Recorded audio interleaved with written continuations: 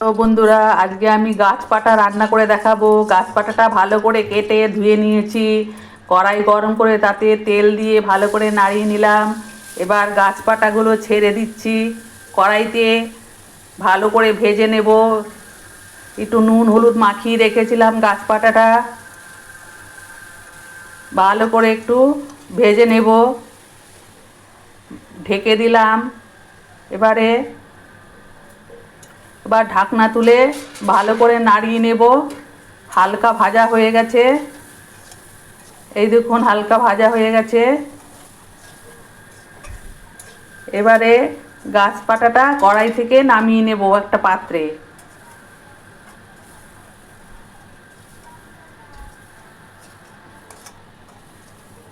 নামিয়ে নিলাম। এবার কড়াইতে তেল দিয়ে গোটা গরম মশলা, শুকনো লঙ্কা, তেজপাতা,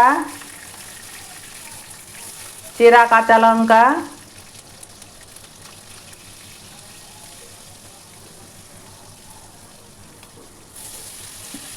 গোটা জিরে ও আলু দিয়ে ভেজে নেব।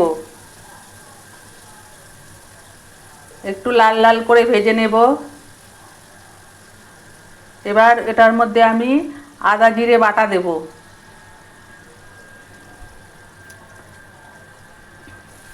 এবার একটু নেড়ে নেব।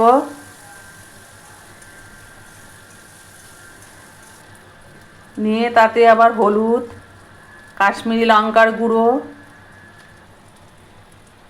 স্বাদ মতো নুন, টমেটো দিয়ে ভালো করে কষিয়ে নেব। আপনাদের যদি চ্যানেলটি ভালো লাগে একটা লাইক, শেয়ার, কমেন্ট ও সাবস্ক্রাইব করে দেবেন।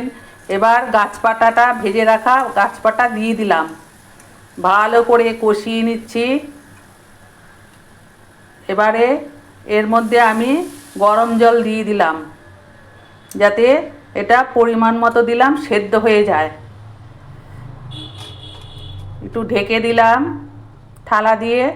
10 মিনিট বাদে সেটা ঢাকনাটা খুলবো, খুলে দেখব হয়ে গেছে, সব সেদ্ধ হয়ে গেছে। এর মধ্যে আমি কটা কড়াইশুঁটিও দিয়েছি, আপনারাও চাইলে দিতে পারেন আবার নাও দিতে পারেন। এবার স্বাদ মতো একটু চিনি দিয়ে দিলাম। এবার একটু গরম মশলা দেব,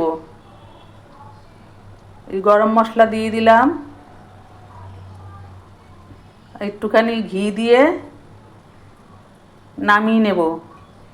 দেখবেন গাছ পাটাটা খেতে কত ভালো হয়েছে, দেখুন কি কালার হয়েছে, অসাধারণ কালার।